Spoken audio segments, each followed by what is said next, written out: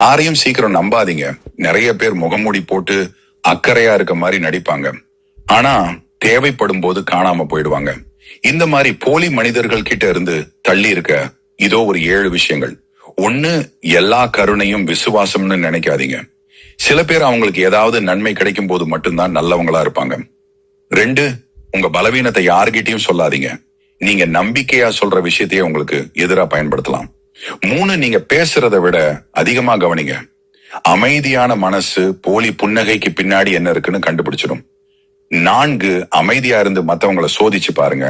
வார்த்தைகளை விட உங்க மௌனம் உண்மையை சீக்கிரம் வெளிக்கொண்டு வரும். 5, உறவுகளை தேடி துரத்தாதீங்க. உண்மையானவங்க நீங்க கேட்காமலேயே உங்க கூட நிப்பாங்க. 6, உங்க வட்டத்தை சின்னதா வச்சுக்கோங்க. குறைவான ஆட்கள், குறைவான ஏமாற்றங்கள். 7, மத்தவங்களை நம்புறதுக்கு முன்னாடி உங்களை நீங்க முழுசா நம்புங்க. அவங்க நோக்கத்திற்காக உங்களை பகடைக்காயாக உபயோகிக்க நல்லவர்கள் போல் உங்கள் முன் நாடகம் ஆடுவார்கள்.